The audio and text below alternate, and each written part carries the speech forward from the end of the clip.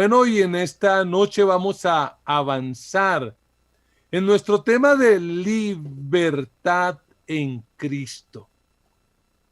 La verdad de Dios libera y transforma, pero las mentiras que el enemigo inventa esclavizan y destruyen. Así que tenemos que mantenernos conectados a lo que el Señor quiere hacer. Y bueno, en esta noche hay una compañía especial en este set y es una mujer de Dios, una mujer que ama al Señor, que ama las misiones y que está al frente de nuestra hermosa iglesia en el sector de El Amparo, un sector para nada fácil, un sector complicado, pero como dice la Biblia, donde abundó la maldad, sobreabundó la gracia. Pastora Marlene, muy buenas noches. Qué alegría que estés aquí con nosotros. Bueno, buenas noches, pastor. Un saludo, un abrazo a usted, a toda su familia y a todas las familias de la Gran Comisión que se encuentran conectadas a este culto. ¿Verdad que les animamos a seguir siendo fieles miércoles a miércoles con esta serie que hemos iniciado, Libertad en Cristo? Para que juntos podamos seguir creciendo no solamente en nuestra área espiritual, sino que sigamos creciendo en nuestra tarea de hacer discípulos. Y el tema de hoy es muy relevante, muy importante, porque vamos a ver la importancia de la Biblia en esta tarea de libertad en Cristo. ¿Por qué la Biblia es tan importante? Y bueno, en esta noche quiero iniciar con una pregunta para todos nuestros hermanos que están conectados a nuestra transmisión, sea por YouTube, sea por Facebook. Y queremos dejarle la pregunta, ¿cuál ha sido el mejor consejo que ha recibido? Ahí usted puede responder y responder en el chat. Y bueno, pastor, frente a esta pregunta, ¿qué nos puedes responder? Bien, Marlene, yo podría decir cosas muy espirituales como que el mejor consejo fue escuchar el evangelio y cosas así, pero quiero empezar por algo más aquí de los seres humanos, no tan espiritual, y quiero honrar a la vida de mi padre que partió con el Señor ya casi 6 años. Y mi padre, recuerdo cuando yo tenía 13, 14 años, yo empecé a trabajar desde muy niño, cuando era más joven de lo que ahora soy. Yo vendí lotería, yo vendí libros, yo trabajé cargando madera. Y mi padre un día me dijo, él todavía no era cristiano, pero me dijo, le voy a dar un consejo, aprenda un arte, porque cuando uno aprende un arte, uno nunca se va a varar ni se va a quedar sin trabajo. Yo a él le ayudaba, él era carpintero en su edad de joven. Finalmente, a los 17 años, aprendí el arte de la zapatería. Y puedo decirlo sin orgullo, sin soberbia, pero desde que aprendí ese arte yo dejé de ser empleado. Yo ya no trabajaba para otros, sino trabajaba para mí mismo, por así decirlo, y generaba mis propios ingresos, fui mi propio jefe, y de allí, detrás de un banco de zapatería, el Señor me llamó al ministerio y a eso me dediqué muchos años y fue una bendición. Creo que ese fue uno de los mejores consejos y honro la memoria de mi padre Víctor Gilberto. Pero bueno, Marlene, yo también te tengo una pregunta. Cuando tienes que tomar decisiones, cuando estás así como, oiga, ¿qué hago? ¿Por qué camino cojo? ¿A quién recurres para pedir un consejo? Bueno, depende del consejo. Si es algo que afecta a mi familia, pues a mi familia directamente, a mi hermano, a mi madre, a los que me rodean. Pero también a veces recurro a mis amigos muy cercanos frente a situaciones de la vida o decisiones que se toman. Y ya consejos ministeriales o consejos frente al servicio o a lo que debemos hacer, a líderes. que compartan la misma vocación y pasión.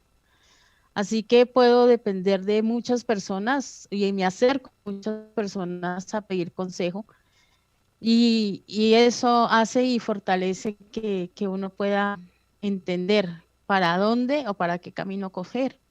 Sin embargo, en medio de ese recibir tantos consejos, en ocasiones se puede convertir en un dilema, porque al escuchar tantos no se sabe qué hacer, porque a veces se encuentran esos dos consejos, a veces se apoya uno con otro. Entonces, por lo general, no se le pregunta a una sola persona y yo no lo hago a una sola persona, sino a varias. Y aquí yo tengo entonces una pregunta, pastor. Cuando uno, perdón, está en ese dilema, ¿cómo podemos determinar cuál es el filtro para seguir un consejo? Bueno, la Biblia dice, en la multitud de consejeros hay sabiduría. Indudablemente, como tú lo dices, qué alegría tener uno personas especializadas en algo a quien uno pedirles consejo. Pero en esto sí quiero ser medio radical, digámoslo así. Y para mí el filtro por excelencia es la bendita y eterna, poderosa y siempre confiable palabra de Dios. Realmente para mí la palabra de Dios es determinante. De hecho, cuando yo no conocía a Cristo, pues hacia la Biblia tenía una actitud medio rara, pero después de que la conocí ya hace muchos años realmente, voy a cumplir 35 años de este caminar con Dios, este es el filtro. Si yo quiero tomar decisiones, aunque escuche personas expertas, sabias, siempre voy a filtrar por la palabra, porque si lo que alguien me aconseja, la Biblia lo avala, probablemente por ahí me voy a ir. Pero si lo que alguien me aconseja, la Biblia lo prohíbe, lo contradice, no hay duda, siempre será este el filtro de la palabra. Pero oye, Marlene, aquí en confianza, no lo vamos a saber sino tú y yo, América Latina, Europa, Australia, tranquila, así que abre tu corazón y aquí entre nos dime, ¿qué consejos equivocados has recibido? O mejor, te han dado que uno dice, uy, sí, ese consejo fue terriblemente malo. Sí, bueno, menos mal no lo va a escuchar nadie, entonces Nadie, aquí entre los dos. no va a salir de acá. Bueno, especialmente cuando no era cristiana, cuando no me había convertido genuinamente al Señor y por la misma dinámica del mundo se reciben malos consejos. Y en esa edad, entre lo que es la adolescencia, juventud, que duró aproximadamente como 8 años lejos de los caminos del Señor, sí que escuché malos consejos. Y me acuerdo mucho de personas que me aconsejaban de lo importante que era aprender a fumar, porque eso en ese tiempo te hacían, pues, te ayudaba a conocer personas y te hacía que tuvieras relaciones y bueno, una sin cantidad de cosas. También escuchaba consejos como en ir en contra de los padres, ¿no? Tú cuando cumples la mayoría de edad, por lo general se escucha mucho y es que te dicen, ya eres mayor de edad, tú puedes hacer lo que quieras. Puedes llegar a la hora que quieras, puedes decidir lo que quieras, te puedes quedar por fuera. Cosas que al fin y al cabo, muy malos consejos. Y siempre esos consejos, lo que decía mi pastor, va en contra de la autoridad. Y no solamente la autoridad de Dios, sino la autoridad de los padres.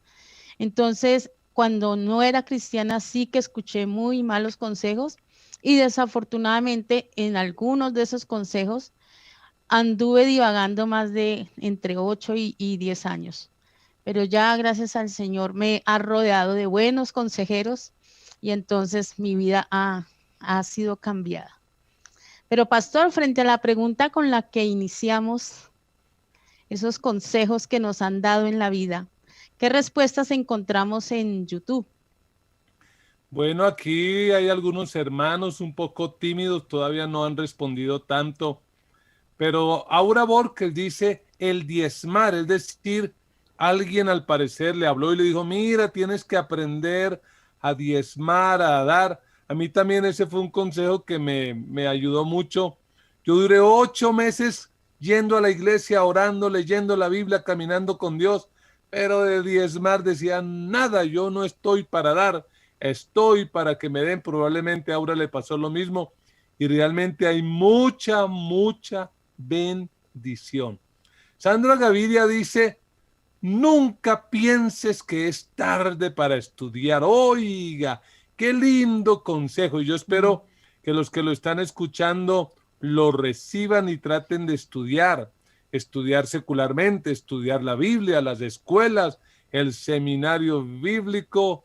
Eso es muy importante. Bueno, por aquí tenemos a Zulma Cuellar desde el Huila que dice, el mejor consejo que recibí de mi papá fue no pelear entre hermanos. Qué lindos consejos. ¿Cómo está por allá el Facebook? ¿Sí está movido hoy el Facebook, Marlene? Bueno, el Facebook está más tímidos todavía. Pero bueno, nuestro hermano desde Chile, Pablo Antonio Albino, a quien le damos un saludo muy, muy especial, dice, el mejor consejo que me dieron en la vida fue que no me casara, pero nunca lo acaté. Y entonces, bueno, le da risa. Le dieron ese consejo y nunca lo acató. Y bueno, existen diferentes consejos, ¿no? Abandonar, dejar amigos que no nos convienen, esos son consejos que uno recibe, estudiar, capacitarse. Y frente a este tema del consejo, pastor, podemos afirmar que la Biblia es la mejor consejera, es el mejor manual y apoyo y guía para vivir la vida cristiana y porque nos va a ayudar siempre a tomar buenas decisiones. Así que nuestro tema de hoy para todos nuestros hermanos es la confiabilidad de la Biblia, la confiabilidad de la Biblia. Y bueno, pastor, ¿por qué debemos confiar en la Biblia? Muy buena pregunta. ¿Por qué debemos confiar en la Biblia cuando hay tanta gente que no confía y prefiere escuchar otros consejos? Aquí en el canal de YouTube algunos consejos buenos y malos, voy a leer algunos. Al pastor Leonidas le decían, ora y lee la Biblia todos los días. Buen consejo. A Sandra Gaviria un mal consejo que le dieron fue, deje de ser lambeladrillos en esa iglesia. Nos identificamos. Sí. A Lady Castillo también le dijeron, oiga, separe su profesión de la palabra de Dios. Un consejo muy triste. A Sonia Camargo, dar lo mejor sin esperar nada a cambio. A Liliana Buitrago le dijeron, busque al Señor. Ese fue el mejor consejo. Y el mejor consejo, dice Luis Enrique López, y la verdad ese consejo se lo di yo, fue, Enrique, enriquece tu alma. Es que ese pastor nunca coge seriedad realmente. Bueno, ese pastor que tiene esta iglesia. ¿Por qué debemos confiar en la Biblia? Pues la verdad, mi querida Marlene y hermanos que están aquí conectados en esta transmisión, hay muchas razones realmente para confiar en la Biblia. Y quiero hablar desde la Biblia misma, no desde lo que yo pienso, sino desde la Biblia. El escritor de la carta a los Hebreos, que para mí fue Apolos, en el capítulo 4, versículo 12, dice lo siguiente. Preste atención, anote, tome nota de todo lo que está aprendiendo, por favor. El escritor a los Hebreos dice en el capítulo 4, versículo 12, ciertamente la palabra de Dios es viva y poderosa y más cortante que cualquier espada de 2 filos. Penetra hasta lo más profundo del alma y del espíritu, hasta la médula de los huesos, juzga los pensamientos y las intenciones del corazón. Lo que dice este texto es sencillamente maravilloso. La palabra de Dios es viva. Esto no es letra muerta. Esto no es como algunos dicen, es que el papel aguanta con todo. No, es viva y es poderosa. Y es tan poderosa que dice el autor de este texto que penetra profundamente hasta partir, imagínense, el alma y el espíritu, que en la cultura hebrea es indivisible. Dice que este libro la puede separar. Penetra hasta la médula de los huesos, hasta el tuétano, y juzga los pensamientos y las intenciones del corazón. ¿Qué poder hay en esta palabra? El salmista, por allá en el Salmo 33, en el versículo 4 dice: la palabra del Señor, la Biblia, es justa. Fieles son todas sus obras. El Señor ama la justicia y el derecho. Llena la tierra de su amor. Por la palabra del Señor fueron creados los cielos, y por el soplo de su boca las estrellas. ¡Qué linda palabra! Realmente este no es un libro cualquiera. Y yo quiero animarle, si usted realmente quiere experimentar y beneficiarse de esta serie de Libertad en Cristo, tiene sí o sí que amar la palabra. Y le voy a dar algunas razones adicionales para que entienda por qué la Biblia es tan, pero tan importante y por qué debemos confiar. Mire, cuando uno abre este libro influye en todas las áreas de la vida. Este libro habla de todo. Habla de cómo ser padre, cómo ser buen ciudadano, cómo ser un buen gobernante, cómo administrar las finanzas, cómo vivir la sexualidad de manera correcta, cómo resolver conflictos, cómo criar hijos, etcétera, etcétera. Este es el libro por excelencia. De hecho, este es el libro más vendido en toda la historia de la humanidad. Y pues hay razón, porque fue el primer libro que salió de la imprenta.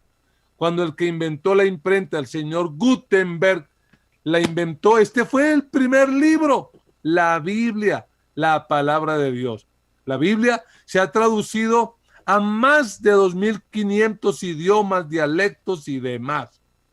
Cuando uno mira la Biblia, este libro tan maravilloso, fue escrito por más o menos 40 personas.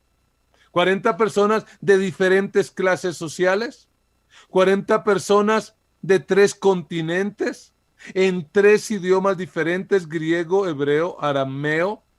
Fue escrito en un periodo aproximado de 1500 años, desde el primer libro hasta el último de la Biblia, más o menos 1500 años. Pero sin embargo, a pesar de eso, cuando uno lee la Biblia, uno encuentra que hay unidad. ¿Por qué? Porque hay una sola mente allí. Este es el mensaje para la humanidad. Y el apóstol Pablo, escribiéndole a Timoteo, le dice lo siguiente: toda la escritura. Cuando Pablo lo dice, pues el texto escrito era el Antiguo Testamento, pero hoy nosotros sabemos que la escritura es Antiguo y Nuevo Testamento. Toda la escritura, toda la Biblia es inspirada por Dios y es útil. ¿Para qué? Para enseñar, para reprender, para corregir y para instruir en justicia. ¿A fin de qué? ¿Cuál es el propósito? A fin de que el siervo de Dios esté enteramente capacitado para toda buena obra. Definitivamente, este es un libro confiable, mi querida Marlene. Qué importante, mi pastor, porque nos deja ver claramente que si confiamos en la Biblia, vamos a ser libres. Entre más confiemos en la palabra, vamos a ser libres. ¿Y de qué podemos ser libres? Va a ser relevante en medio de las situaciones difíciles que podamos tener. Y esto nos da esperanza, porque podemos tener muchas dificultades, pero si yo confío en lo que dice la palabra del Señor, entonces tengo esperanza, puedo ser feliz. Influye en todas las áreas de mi vida. Y es muy bonito saber que el Señor cuida de mí en cada emoción, cuida de mí en la depresión, cuida de mí en la ansiedad, cuida de mí en la tristeza, pero también cuida de mí en medio del gozo y de la alegría. Entonces, en la medida que confiemos en la palabra de Dios, podemos ser verdaderamente libres, como lo dice la misma palabra. Por eso les animamos, iglesia, a tener encuentros personales y diarios con la palabra. Este libro tiene que convertirse en nuestros 365 días del año ahí pegados, porque la palabra es la que nos va a enseñar y nos va a dejar ver a Jesús. Y nos vamos a encontrar con Jesús. Y Él nos va a transformar y Él nos va a cambiar. Y podremos ser diferentes. Y podremos escuchar frases que digan, usted cómo ha cambiado, usted cómo ha sido transformado, usted ya no es lo mismo, no es el mismo que antes. Y las áreas de nuestra vida van a cambiar. En tu trabajo vas a ser diferente, vas a ser más efectivo, vas a ser más proactivo, te va a ir mejor. En tu familia vas a poder solucionar muchas crisis y conflictos. En tu estudio. Por eso, amada iglesia, si queremos tener éxito en esta serie de Libertad en Cristo, debemos darle la importancia que se merece la Biblia. Darle la importancia que se merece la Biblia. Y podemos afirmar, y lo puedo afirmar yo, y todos nosotros, que la Biblia es la mejor consejera. ¿Por qué? Porque muchas veces tú no puedes llamar a un amigo a las 2 de la mañana, cuando tienes insomnio, cuando no puedes dormir. Tú no puedes decir, voy a llamar a mi amigo a ver si se pone a hablar conmigo. Muy difícilmente lo vamos a hacer. Pienso que ninguno vamos a contestar el teléfono. Pero ¿quién sí está disponible para darnos consejo 24/7? La Biblia, la Biblia. Pero pastor, hay personas que no creen en la Biblia y hemos escuchado argumentos como estos, que es un libro lleno de historias fantasiosas, que solamente es un libro religioso que habla de Jesús y de su pueblo, que este libro es un invento de hombres, que muchos lugares de los que nombra la Biblia nunca existieron. Frente a esto, pastor, ¿cómo podemos responderle a las personas que no creen en la Biblia? Qué buena pregunta, Marlene. Y pues la intención de la sesión, de la enseñanza de hoy, es dar razones, es dar argumentos para que nosotros podamos defender nuestra fe. Porque a veces nos critican como de ignorantes. No, esa gente allá tiene una fe ciega. No, nuestra fe es una fe racional, una fe comprobable, una fe con evidencias, con pruebas. Y pues la idea en esta noche es que podamos ver por lo menos unas 3 razones de por qué debemos creer en la Biblia. Esa es la pregunta que quiero que respondamos hoy. ¿Por qué podemos confiar en la Biblia? ¿Qué argumentos tenemos para esto? Y mira, en primer lugar, podemos creer en la Biblia porque la historia misma la confirma. Y quiero arrancar desde la historia. O sea, no quiero arrancar desde la Biblia solamente, sino desde la historia. De hecho, cuando uno lee los textos sagrados, pues estos textos sagrados no fueron escritos en el vacío, en la nada, no. Estos textos fueron escritos dentro de la historia de la humanidad. La historia de la salvación está ahí dentro de la historia de la humanidad. Y cuando uno lee la Biblia, encuentra menciones históricas que muchos a veces tratan de desvirtuar, decir, mire, aquí la Biblia se contradice, es falsa, es mentira. Por ejemplo, no sé si sabías, pero hasta la década del 70 del siglo pasado, de 1970, habían críticos de la Biblia, porque siempre han habido y habrán, que quieren rechazar la verdad, porque esa es la mentalidad, la ideología que el diablo les ha sembrado en la mente. Por eso están esclavos, porque la verdad libera y transforma, pero la mentira esclaviza y destruye. Y ellos decían hasta 1970 más o menos que Sodoma y Gomorra, eso era un mito, que eso era mentira. Sin embargo, en esa década, arqueólogos italianos se pusieron a escarbar Yo no sé con qué intención, pero escarbaron. ¿Y qué descubrieron?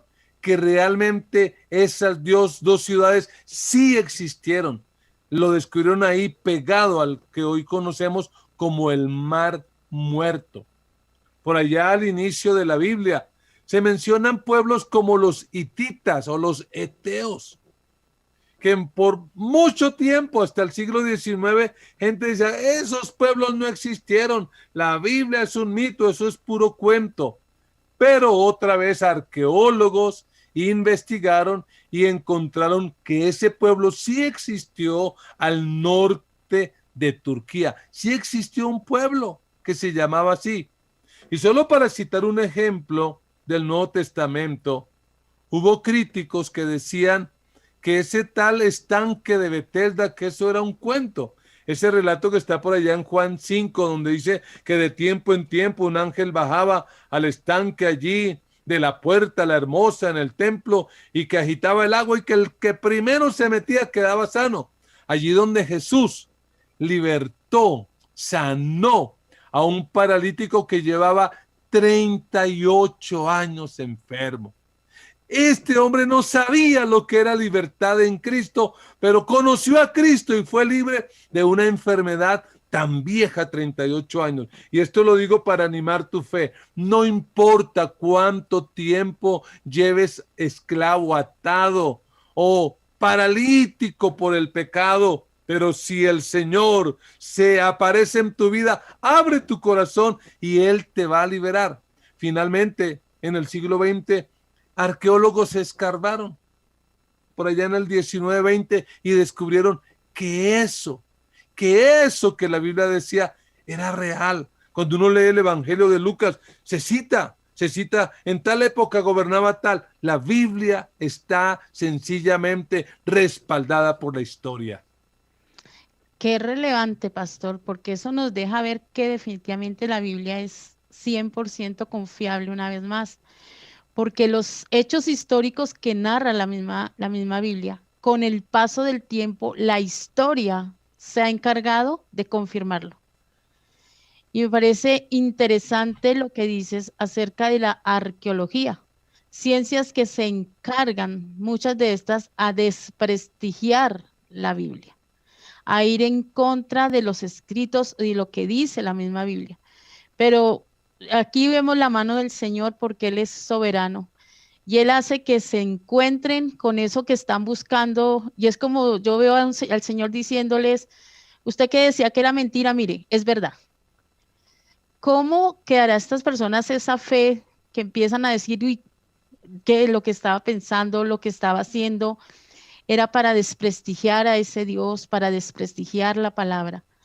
Y nos deja ver entonces que es un libro muy, muy confiable, 100% confiable.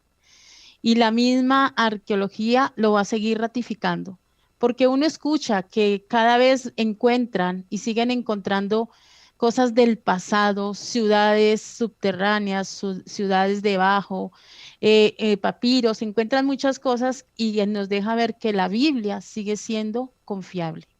Así es, Marlene, y de hecho el arca de Noé tan mítica que tanta gente niega, pero el arca de Noé fue encontrada, que lo quisieron ocultar y tapar, pero ahí están las pruebas. Y sabes qué es lo interesante, Marlene, ahora que lo mencionabas, que muchos de esos arqueólogos, muchos de esos científicos, se pusieron en esa búsqueda intencional para desprestigiar la Biblia, pero la gran mayoría de ellos han terminado convertidos, Wow. rendidos. Muchos que han hecho crítica literaria para decir, este libro es falso, como el famoso apologista Sproul.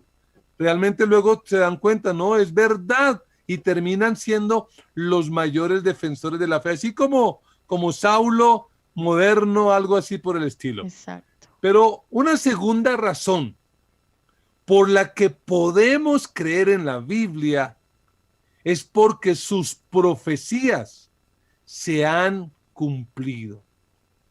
Las profecías se han cumplido. Cuando uno mira la escritura desde el Antiguo Testamento, la primera profecía que yo encuentro por allá en Génesis 3:15, cuando el Redentor vendría y la serpiente lo heriría en el calcañar, pero él aplastaría la cabeza de la serpiente. Esa es como la primera profecía, lo que algunos llaman el protoevangelio.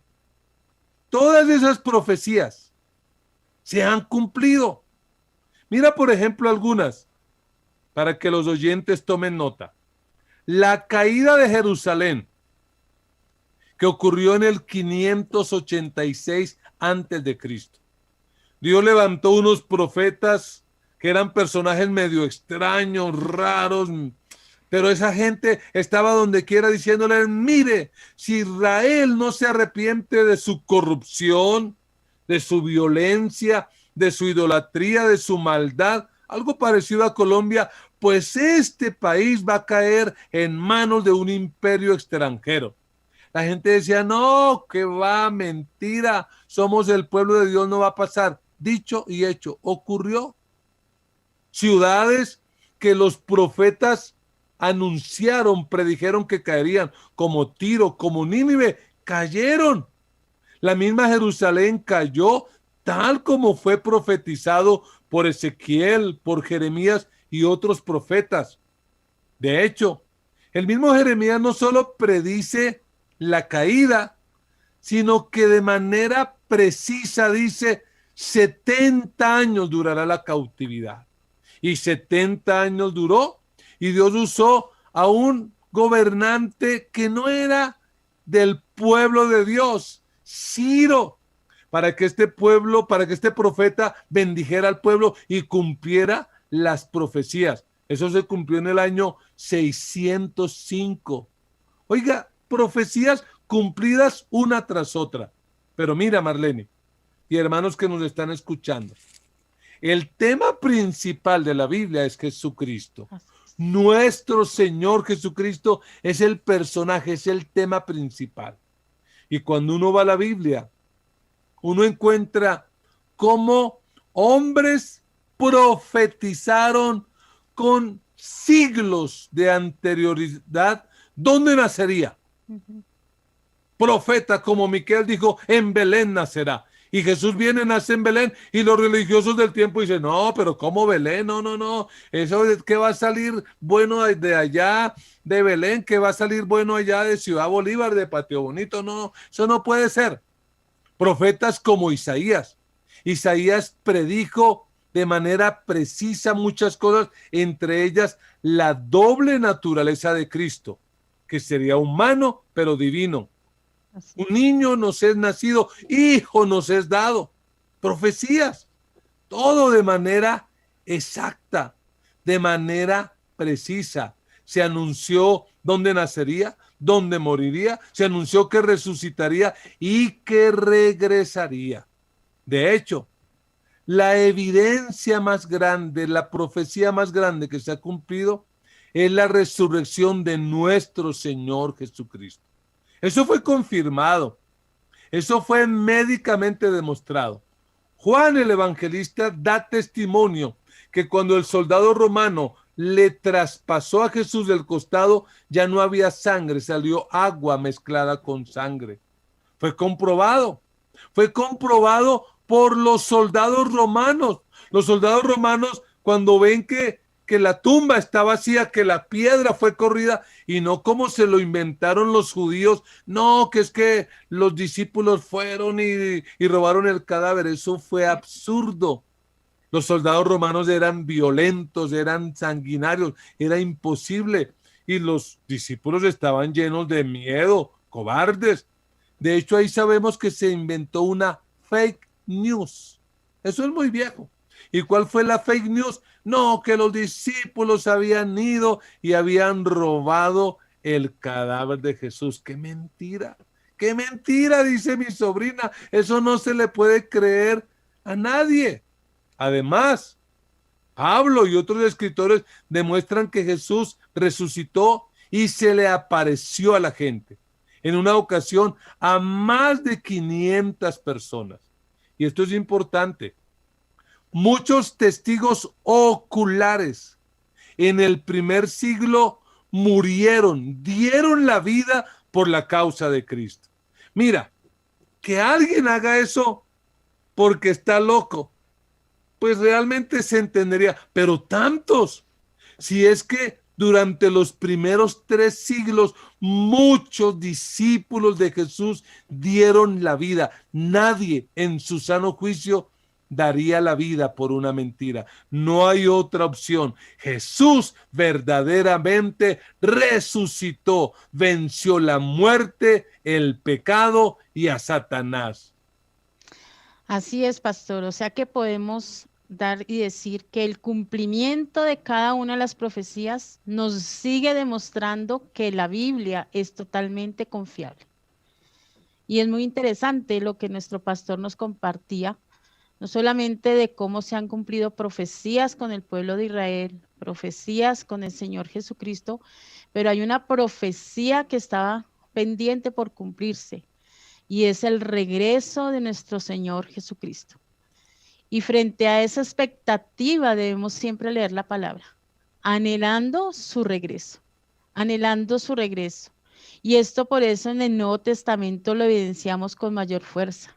Los escritos de Pablo, los escritos del apóstol Pedro, los libros de Apocalipsis, tenemos que leerlo con esa mentalidad, no de miedo, no de terror, sino con esa de que el Señor Jesucristo vuelve por segunda vez y viene por cada uno de nosotros, viene por su iglesia. Y bueno, aquí hay una tarea muy relevante que pienso que también debemos seguir haciendo, y es discípulos, discípulos afirmados en la palabra, discípulos que crean en el cumplimiento de las profecías, discípulos que avancen en la extensión del reino de Dios. Pero pastor, una pregunta, ¿cómo entender hoy las profecías sobre los tiempos finales? Porque es bien sabido que debido a las redes sociales y debido a todo lo que suben por medio de la internet, hay argumentos, hay predicaciones, hay pastores que hablan de días exactos, de fechas exactas, de nombres, lugares. Y bueno, hay personas que viven muy pendientes de este tema y esto no les genera sino simplemente es como temor. Entonces, ¿cómo entender esas profecías en este tiempo? Bueno, Marlene, creo que es volver a la palabra, porque de hecho la misma Biblia dice que el día y la hora nadie lo sabe, que el Señor volverá porque Él prometió nacer y nació, prometió morir y murió, prometió resucitar y resucitó, prometió volver y volverá, pero nadie sabe el día ni la hora. Él vendrá como ladrón en la noche. ¿Qué tenemos que hacer? Tomarlo con calma, no estresarse, que no le ocurra lo que le ocurrió a unas personas así como medio locas, como medio de sanatorio, como medio de clínica psiquiátrica, que uno empezó a pelear con otro y dijo, yo soy el enviado del Señor, yo soy el enviado. Y el otro decía, ¿qué va? Yo soy el enviado del Señor. Y uno que los estaba viendo pelear se acercó y dijo, ¿por qué están peleando? Y uno dijo, no, es que este dice que él es el Mesías y no, yo soy el Mesías, yo soy el enviado del Señor. Y otra vez. Y este hombre que vino allá a como a mediar dijo, ya cálmense, que yo no he enviado a nadie. Así hay gente hoy en día loca, corrida de la teja. ¿Qué tenemos que hacer? Tenemos que volver a la palabra y entender que nuestra tarea es hacer discípulos. Nuestra tarea no es vaticinar el día, la hora, porque nadie lo sabe. Aquí me parece muy acertada la postura del reformador Martín Lutero. Él decía en cuanto al regreso del Señor, en cuanto a esa profecía, ¿qué había que hacer? Y él decía, vivamos en tal santidad como si el Señor viniera hoy. Y trabajemos y planeemos como si el Señor se tardara 100 años en regresar. Así que definitivamente, como diría el teólogo Roberto Gómez Bolaños, calma, calma, que no panda el cúnico. Tomémoslo con calma, esperemos, confiemos en el Señor y recordemos lo que dice el apóstol Pedro en una de sus cartas. Él dice que tenemos la palabra profética más segura. Este libro, la Biblia, la palabra de Dios, es la palabra profética más segura a la cual tenemos que prestar atención. De hecho, lo que ocurre en nuestro mundo, eso ya está aquí. Como dice una linda canción que a veces cantamos, la historia está escrita. Ya el Señor conoce el final. Nosotros conocemos ya el final de esta historia. No nos angustiemos. Hagamos discípulos. Vivamos en santidad y trabajemos como si el Señor se fuera a tardar en venir. Pero bueno, vamos a avanzar un poquito porque nos coge la noche. Yo quiero ver una tercera razón. Ya vimos dos, la histórica y la profética, que confirman la confiabilidad de la Biblia. Otra la podríamos llamar la eclesiológica. Es decir, podemos creer en la Biblia. ¿Por qué? Porque la iglesia sigue creciendo. Aún en medio de esta pandemia, aún en medio de tantas ideologías, aún en medio de tanta apostasía, personas que crecen en la iglesia se apartan y ahora no solo se apartan, sino que se vuelven enemigos de la iglesia, pero a pesar de eso, la iglesia sigue creciendo y sigue avanzando. ¿Sabe por qué? Porque cuando una persona tiene un encuentro significativo con la Biblia y cree en este libro y lo abraza y cree en la verdad, este libro lo va a cambiar y lo va a transformar. En la vida de esa persona va a ocurrir igual que en la historia, un antes de Cristo y un después de Cristo. Y cuando una persona cambia, pues la gente no haya cómo desacreditar. Y entonces que dicen, no, eso fue que allá le lavaron el cerebro. Eso fue que allá hicieron no sé qué cosas. Porque la gente, al diablo, al enemigo, no le es fácil aceptar la libertad que tenemos en Cristo. Como una persona al conocer la Biblia es transformada. Y la gente se sorprende, mire, ese señor era alcohólico. ¿Cuántos de los que están conectados aquí con el chat podrían escribir rápidamente ahí su testimonio brevemente? Yo era y ahora soy, yo era y ahora soy. ¿Y qué fue lo que lo cambió? Personas como nosotros, no.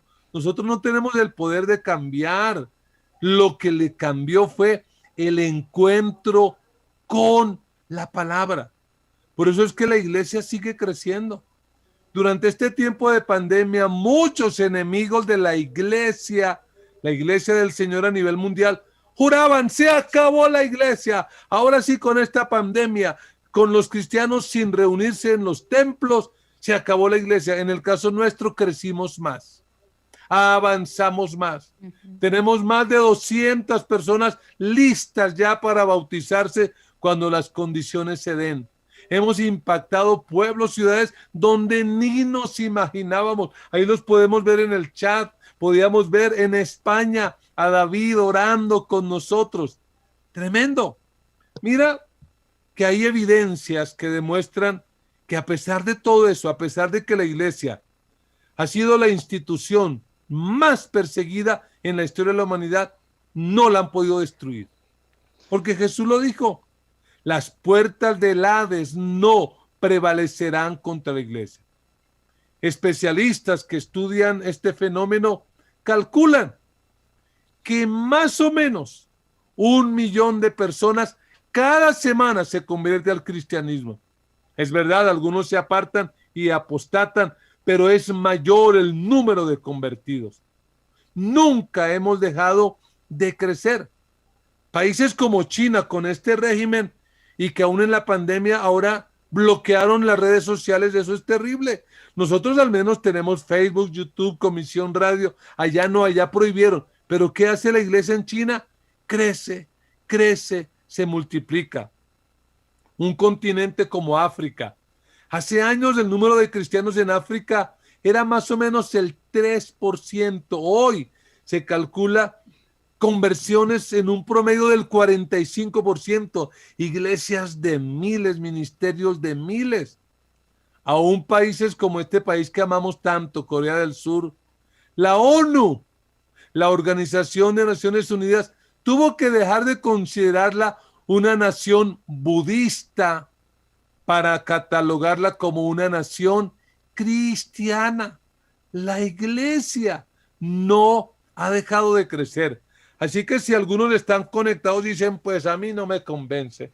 Eso del argumento histórico, no, no, no, no. Eso del argumento profético, no, no, no, no. Y eso del argumento eclesiológico, no. Le quiero presentar el argumento más confiable. ¿Y sabe cuál es? Vidas transformadas. Los que están ahí conectados en esta noche son vidas transformadas. ¿Qué los obliga a conectarse? Nada. Pero un día conocieron el Evangelio, tuvieron un encuentro con la palabra de Dios y fueron transformados. Qué pena, Marlene, ponerla en evidencia. Pero ¿por qué no nos cuentas brevemente? Brevemente, ya nos contaste algo, que fumabas y todo, ¿no? Tenaz. Terrible. Bueno, luego hablamos de eso. ¿Por qué no nos comentas qué cambios ha producido la Biblia en tu vida desde que tuviste un encuentro con ella? Sí, es lo que dice mi pastor, la mejor evidencia somos nosotros mismos que hemos sido transformados por la misma palabra, por la Biblia. Sí, como lo decía al inicio, tenía muchos hábitos pecaminosos, de los cuales a veces es mejor no acordarse, porque Y a no veces no, pareciera porque su merced parece como Teresa de Calcuta o algo así por el estilo. no, Una Marlene santa, del ¿no? Amparo, algo así, no, pastor. No, no, todavía, madre no, buena gente. Y al leer la Biblia, empecé y el Señor me llevó a empezar a dejar esos hábitos pecaminosos. Eso que me hacía daño, eso que atentaba contra mi propia vida, contra mi autoestima, contra mis problemas de carácter, enojo, ira, malas palabras, problemas de inmoralidad. Pero al encontrarme con la palabra de manera diaria, de manera regular, al decidir entregarle mi vida también a Cristo y por medio de la ayuda del Espíritu Santo, porque el Espíritu Santo está en todo este asunto, Él me ha ayudado a tener templanza, a tener mansedumbre, dominio propio y a seguir creyendo y a seguir creciendo en el hábito de la palabra. Y algo que a mí me ayuda personalmente es encontrarme con mi Biblia de papel. Yo poco de tecnología, yo la tengo ahí en el celular, pero ahí está bien. Yo con mi Biblia de papel y subrayarla y mirar las promesas que el Señor me ha dado y decirle, Señor, tú lo harás, Señor, tú lo cumplirás y seguirle creyendo. Ese es parte de mi testimonio y bueno, aquí el Señor nos tiene simplemente porque la palabra nos ha cambiado y nos ha transformado. Pero, pastor, le retorno la pregunta. ¿Qué cambios ha producido la Biblia en tu vida? Bueno, como algunos ya habrán oído, yo durante mi adolescencia, 14 años hasta los 17, pues tuve una etapa muy complicada. Yo era un niño lindo, como siempre he sido, pero a los 14 me dio por ser rebelde, por entrar en cosas que no debía. Yo fui padre a la edad de 15 años de edad. Yo tuve una vida muy desordenada durante 3, 4 años. Y yo odiaba el Evangelio. Para mí la Biblia era sinónimo de locura. A mí me enseñaron, quien lee la Biblia se vuelve loco. Se le corre la teja, algo va a pasar. Pero un día, y doy gracias a Dios por ese día, escuché la palabra, una predicación como esta. Tocó Dios mi corazón. Decidí rendirle mi vida a Él y mi vida cambió radicalmente. Fue una transformación radical, el nuevo nacimiento. Y ahí empezó un proceso de un día a la vez, para ser hoy quien soy por la gracia de Dios. Pero todavía necesito crecer más. Todavía creo que necesito crecer. No como algunos que a veces, yo he escuchado testimonios malos, el suyo es bueno, Marlene, y me impacta mucho. Pero un hombre un día me dijo, pastor, le quiero contar mi testimonio. Le dije, cuéntelo. A ver si me deja contarlo en el altar. Le dije, pero cuéntemelo primero. Me dijo, pastor, ¿cómo le parece que yo antes tomaba todos los días? Todos los días. Ahora solo tomo cada 8 días. En mal testimonio le dije, no, ese testimonio no me sirve. Realmente Dios lo cambia a uno. Y el encuentro para mí fue con la Biblia. Cuando yo me convertí, la Biblia tomó vida. Y desde ese día no dejo de amar la palabra, de vivirla. La he estudiado, he ido a la universidad, por la gracia de Dios he podido avanzar, pero todavía me siento que necesito cada día alimentarme de su palabra. Leyendo ahora Éxodo del tabernáculo, ¿cuántas veces uno habrá estudiado? Pero otra vez, Señor, ¿qué me quieres decir? Amados, amados, usted y yo somos la prueba viviente del poder transformador que tiene la palabra. No nos podemos callar. Tenemos que levantarnos y decirle a esta generación que la verdad de Dios, la Biblia, libera y transforma. La mentira del enemigo esclaviza y destruye. Tenemos que creer a la verdad. Y quiero cerrar con esta frase para animarte y que luego la pastora Marlene nos dé una palabra más y ore por nosotros. Pero mira esto, cuando en la Biblia decides confiar, verás cómo tu vida puede transformar. Esto no se trata de hágalo usted mismo, descubre el campeón que hay en ti. No, se trata de someternos, de leer, meditar, memorizar este libro, aplicándolo y dejando que Él nos transforme. Cuando en la Biblia decides confiar, verás cómo tu vida puede transformar. Así es, pastor. Qué buen tiempo de aprendizaje y bueno, nos deja un reto. Confiar en la Biblia, porque es la Biblia la que verdaderamente nos va a transformar. No es una conexión a redes, no es solamente asistir a un grupo, no es solamente hacer de pronto los cursos de discipulado, sino verdaderamente encontrarnos con la palabra la que nos va a transformar. Así que los invito a que oremos y le digamos al Señor que nos ayude. Amado Dios, te damos gracias, Señor. Gracias te damos por tu palabra. Gracias, Señor, porque tú nos hablas día a día por medio de ella.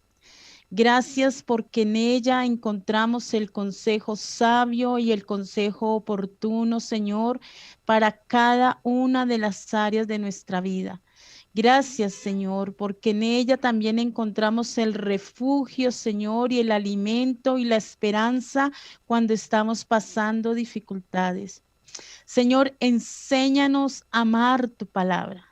Apaciónanos por tu palabra, apaciónanos por la Biblia, apaciónanos, Señor, por leerla de manera sistemática, de manera organizada, Señor, por hacer el tiempo con Dios, por adquirir métodos de lectura, Señor amado, de lectura bíblica, Padre.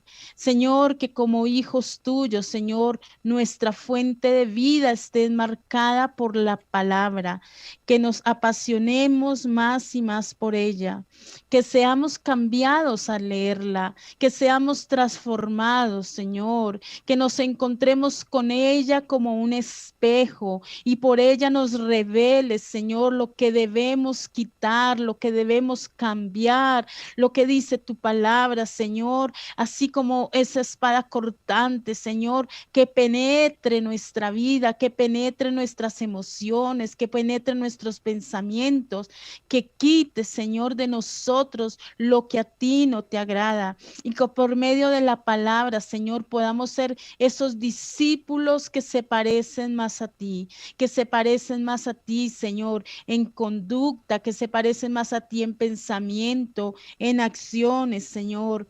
Danos oídos sensibles a tu voz por medio de la palabra, pero danos pies, Señor amado, presurosos para cumplirla, presurosos para ejecutarla, Señor.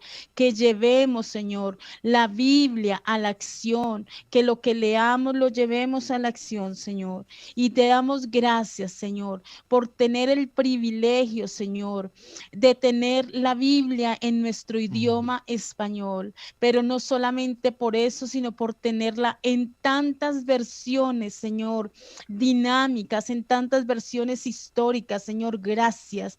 Gracias, Señor. Haznos un pueblo de la palabra. Haznos un pueblo que sea transformado, Señor, cada día por medio de la Biblia, por medio de la lectura bíblica, Señor. Y danos la capacidad, Señor, de memorizar, de aprender más, de estudiar más, Señor. Te lo pedimos, Dios, en el nombre precioso de Jesús. Amén y amén. Amén, amén. Pastora Marlene, gracias por su compañía, por esa riqueza ministerial que nos aporta en esta noche. Pastor, muchas gracias por el privilegio. Iglesia, Dios les bendiga. Amén. Y que Dios bendiga el Amparo y todos sus alrededores. Amén. Muy bien, amados, ya saben, si tu vida quieres transformar, en la Biblia debes confiar. Recuerda, la mentira esclaviza y destruye, pero la verdad libera y transforma. Lea la Biblia, medítela, memorícela. Bueno, a todos los que hoy se conectaron, gracias, gratitud, bendiciones para ustedes. Si algún amigo se conectó hoy y quiere conocer más de nosotros, escríbanos al número que aparece en pantalla. Escríbanos al 314-297-4108. Queremos ayudarle. Queremos que se conecte con Dios, que camine con Él, que lo conozca más. De hecho, ofrecemos un curso para los nuevos, los que se conectan, que se llama Los Grandes Interrogantes de la Vida. Y sería muy bueno que tú lo tuvieras y sacaras un poco de dudas. Y bueno, quiero invitarles a permanecer conectados con sus grupos de crecimiento. Manténganse ahí conectados. No se desconecten, sigan. Oremos para terminar este tiempo. Padre, en el nombre de Jesús te damos gracias. Gracias por la misericordia que tienes para con este pueblo. Porque en medio de pandemia, en medio de tanta crisis, has sido bueno, has sido generoso. No nos ha faltado el pan. Hemos tenido lo necesario. Hemos visto la provisión tuya. Señor, yo te pido que sigas sosteniendo a tu pueblo, que nunca falte comida sobre la mesa de tus hijos. Mueve, Señor, a tu pueblo a compartir el pan, a dar con el que padece necesidad. Señor, bendice el trabajo que ellos desarrollan. Abre puertas de empleo, puertas de empresa, puertas de bendición. Aleja la ruina, la miseria, la escasez, la pobreza y trae provisión. Señor, y una vez más te rogamos, ten misericordia de tus hijos, de mis hermanos que están afectados por este virus. Ten misericordia de Rafael, de Arturo, de Consuelo, que están en la UCI. Ten misericordia de otros que están hospitalizados, de aquellos que están en casa, de aquellos que tienen síntomas. Ten misericordia y trae sanidad a tu pueblo. Señor, trae paz a tus hijos. Permítenos tener una noche tranquila, reparadora, recuperar fuerzas y poder seguir adelante siendo discípulos que hacen discípulos. La gracia de nuestro Señor Jesucristo, el amor de Dios nuestro Padre y la comunión del Espíritu Santo sea sobre cada uno de ustedes, y con gozo decimos amén y amén. Les envío un abrazo, les amo con todo mi corazón, están en mi corazón, están en mis oraciones, y en la buena voluntad de Dios, muy pronto nos veremos y nos abrazaremos. Chao, chao.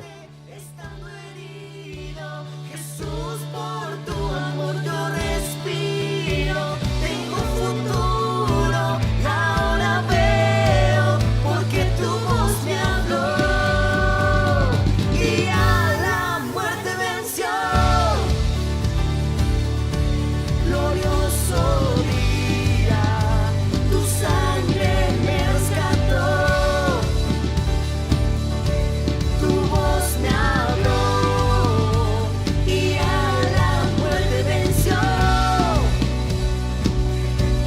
glorioso día.